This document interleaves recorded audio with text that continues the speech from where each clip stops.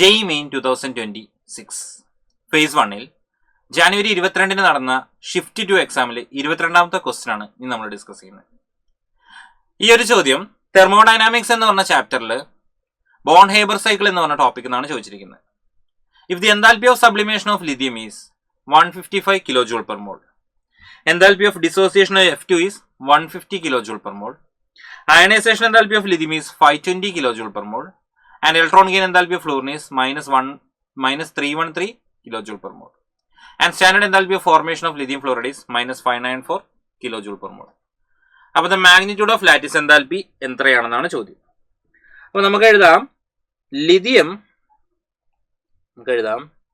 Lithium solid react with half F2 ഗ്യാസുമായിട്ട് react ചെയ്ത് കഴിഞ്ഞാൽ എനിക്ക് എന്തുണ്ടാവും?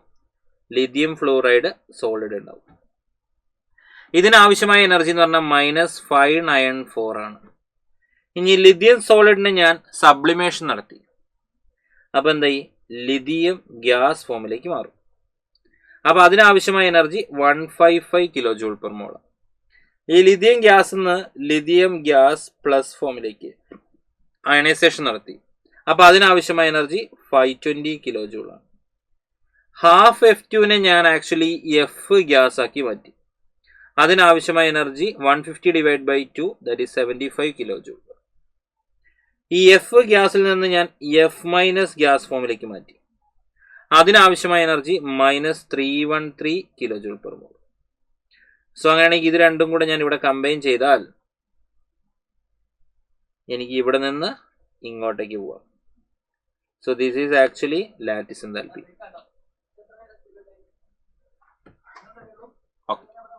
സോ അങ്ങനെയാണെങ്കിൽ എനിക്കിവിടെ എന്ത് ചെയ്യാൻ പറ്റും?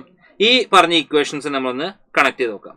അപ്പം എനിക്ക് എഴുതാം ΔH ഫോർമേഷൻ എന്ന് പറയുന്നത് that is ΔH sublimation plus ΔH ionisation enthalpy plus half into bond dissociation enthalpy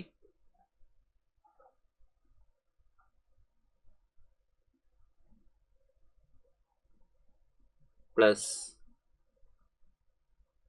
electron gain enthalpy ΔH electron gain enthalpy plus lattice energy.